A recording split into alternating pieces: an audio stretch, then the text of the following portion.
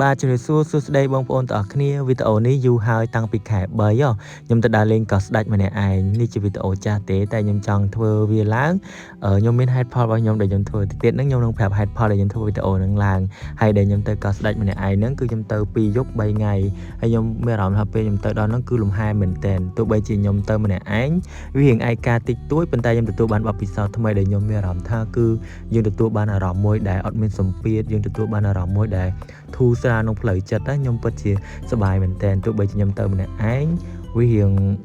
លងលោចតិចតួចមែនប៉ុន្តែខ្ញុំសប្បាយចិត្តនឹងទទួលយកហើយនឹងបរិយាកាសស្អាតមែនតើទេសភាពក៏ល្អហើយខ្ញុំអត់សូវហ៊ានថតបានទេព្រោះដោយសារតែខ្ញុំអត់សូវពូកែថតហើយរៀងអៀនគេអត់ហ៊ានថតទេព្រោះអ្នកប្លុកដៃថ្មីហើយនេះអ្នកទាំងអស់គ្នាហេតុផលដែលខ្ញុំកំពុងតែធ្វើនេះគឺខ្ញុំមកដល់ឥឡូវនេះខែ10ហើយប៉ុន្តែខ្ញុំទៅរៀបទិញអីវ៉ាន់ដើម្បី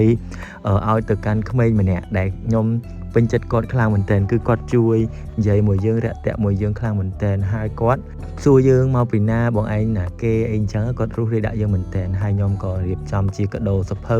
តិចតួចសម្ភារៈសិក្សាសម្រាប់គាត់អញ្ចឹងណាហើយខ្ញុំសង្ឃឹមថាគាត់នឹងសប្បាយចិត្តដែលទទួលបានកាដូហ្នឹងខ្ញុំមានលេខតំណអ្នកដែលត្រូវទទួលកាដូហ្នឹងសម្រាប់គាត់ចឹងទៅខ្ញុំអាចតំណឲ្យគាត់បានហើយខ្ញុំរៀបចំកាដូហ្នឹងតិចតួចទេតែ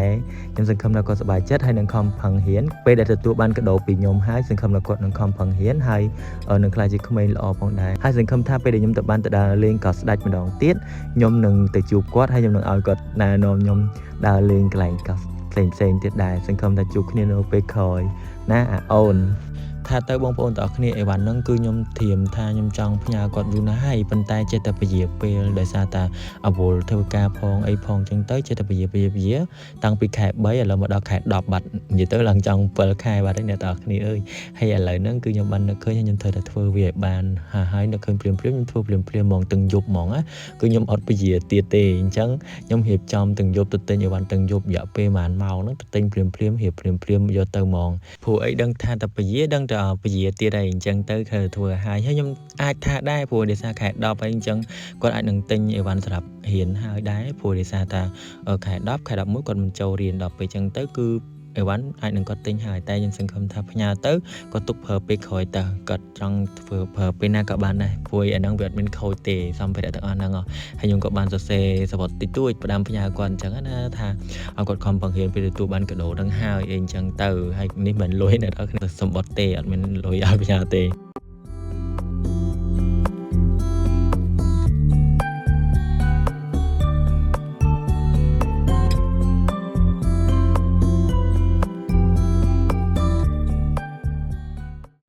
ចឹងនេះជាតាមភាពដែលខ្ញុំរៀបចំហើយអ្នកទាំងអស់គ្នាខ្ញុំរៀបចំហើយគឺខ្ញុំទៅដឹកទៅទាំងយប់តែម្ដងគឺម៉ោង10អញ្ចឹងខ្ញុំបានវេចខ្ចប់វាដូចជាកាដូអញ្ចឹងខ្ញុំចាប់កសោមកាដូពីក្រៅហ្នឹងប៉ុន្តែជាក់ស្ដែងទៅខ្ញុំទៅចេះខ្ចប់មិនអីណាស់ណាដែរទេតែមើលទៅក៏មួយយ៉ាងដែរតាមានអីល្មមស្អាតទទួលយកបានហើយក្រោយពីខ្ញុំរៀបខ្ចប់ហើយគឺខ្ញុំយកទៅភ្លាមមកខ្ញុំអត់ទុកស្អែកអីទៀតទេធ្វើបីទៅពជាខ្លាចតែស្អែកហ្នឹងនេះទៅខ្ញុំទៅទាំងយប់ម៉ោង10ហ្នឹងទៅយប់ហើយនេះអូនវាជួយជូនទៅអូននៅផ្ទះមួយគ្នាជួយជូនទៅទាំងយប់ហ្នឹងហើយមានអីគេអត់តន់បិទដែរបាទអរគុណដល់អ្នកគ្នាដែលបានតាមដានវីដេអូនេះហើយយើងនឹងជួបគ្នានៅវីដេអូក្រោយហើយកុំភ្លេចជួយ Subscribe និង Follow Page ម្នាក់មួយផងអរគុណច្រើនបាយបាយ